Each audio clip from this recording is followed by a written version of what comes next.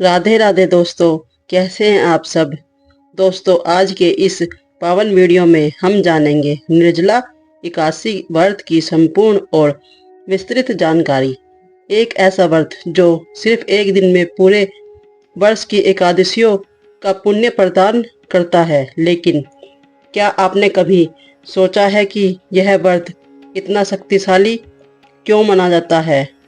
क्या हर व्यक्ति इसे कर सकता है, और अगर नहीं कर सकता तो क्या उसका फल नहीं मिलेगा? आज के इस वीडियो में आपके हर सवाल का जवाब मिलेगा, इसलिए अंत तक जरूर बने रहें।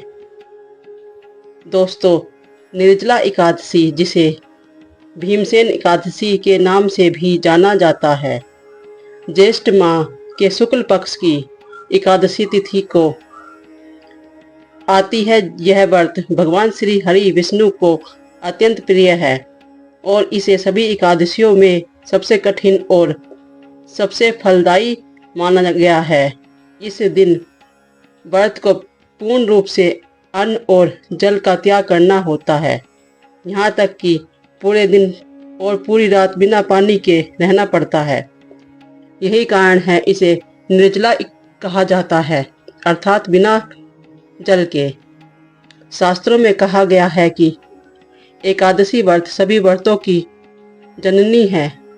वर्षों में 24 एकादशियां आती हैं, लेकिन यदि कोई व्यक्ति पूरे नियम और श्रद्धा के साथ निर्जला एकादशी का व्रत करता है तो उसे पूरे वर्ष की सभी एकादशियों का फल प्राप्त होता है।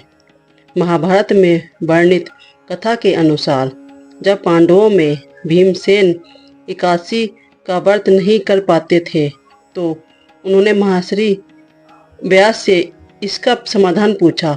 भीमसेन ने कहा कि उनके भीतर की अग्नि इतनी प्रबल है कि वे भूखे नहीं रह सकते।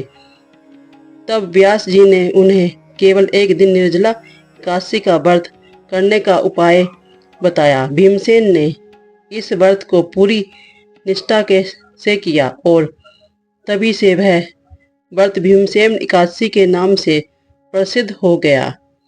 अब बात करते हैं इस व्रत की विधि कि यदि आप निर्जला एकादशी का व्रत करने जा रहे हैं तो आपको एक दिन पहले यानी दशमी तिथि से ही संयम रखना शुरू कर देना चाहिए।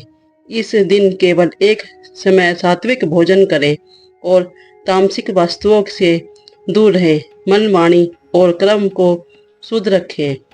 एकादशी के दिन ब्रह्म मुहूर्त में उठकर स्नान करें। यदि संभव हो तो गंगा जल का प्रयोग करें। इसके बाद स्वच्छ या पीले वस्त्र धारण करें और भगवान विष्णु की मूर्ति या चित्र के सामने बैठकर संकल्प लें। अपने हाथों में जल और पुष्प लेकर यह प्रार्थना करें कि हे भगवान, मैं श्रद्धा और निष्ठा के साथ इस व्रत को करने का संकल्प ले रहा हूँ। कृपया मुझे शक्ति प्रदान दें। इसके बाद भगवान को चंदन, अक्षत, फूल, धूप, दीप और नैवेद्य अर्पित करें। तुलसी दल का विशेष महत्व होता है, इसलिए इसे स्वयं अर्पित करें। फिर ओम नमो भगवते वासुदेवाय नमः मंत्र का जाप करें और दिन भर भगवान का ध्यान करते रहें। निर्जला व्रत में सुबह सूर्योदय से पहले ही जल ग्रहण कर लिया जाता है। इसके बाद पूरे दिन और रात भर भी जल नहीं लिया जाता। यदि आप पूर्ण निर्जला व्रत कर रहे हो तो यह आपके लिए एक तपस्या है, लेकिन अगर आपकी शारीरिक क्षमता अनुमति नहीं देती तो आप फलाहार या जल लेकर भी व्रत कर सकते हैं। शाम के समय पुण्य स्नान करके भगवान का पूजन करें और रात्रि में जागरण करना अत्यंत शुभ माना जाता है।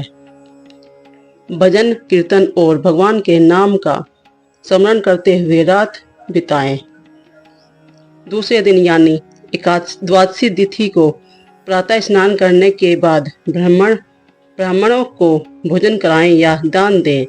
इसके बाद भगवान को भोग लगाकर चरणामृत या गंगाजल से व्रत का प्रारंभ करें। अब सबसे महत्वपूर्ण प्रश्न, क्या गर्भवती महिलाएं, बुजुर्ग और बच्चे यह व्रत कर सकते हैं? या इसका उत्तर है हाँ, कर सकते हैं, लेकिन अपनी क्षमता के अनुसार। गर्भवती महिलाओं के लिए शरीर का पोषण सबसे महत्वपूर्ण है, इसलिए उन्हें निर्जला व्रत नहीं रखना चाहिए।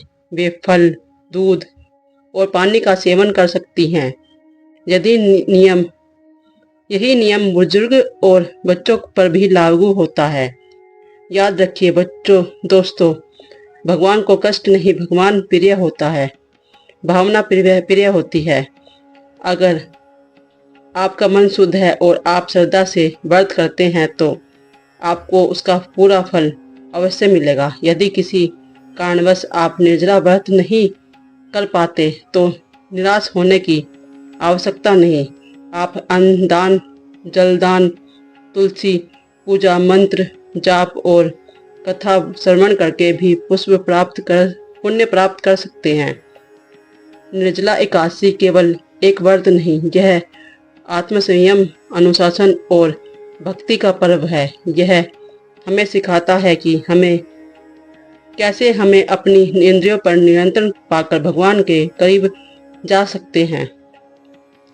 इसलिए दोस्तों, इस निर्जला एकादशी पर अपनी क्षमता अनुसार व्रत अवश्य करें और भगवान श्री हरि विष्णु की कृपा प्राप्त करें। उम्मीद है आपको यह जानकारी पसंद आई होगी।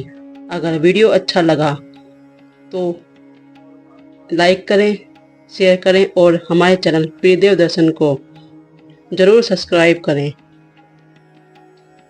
मिलते हैं अगली वीडियो में, तब तक के लिए राधे राधे।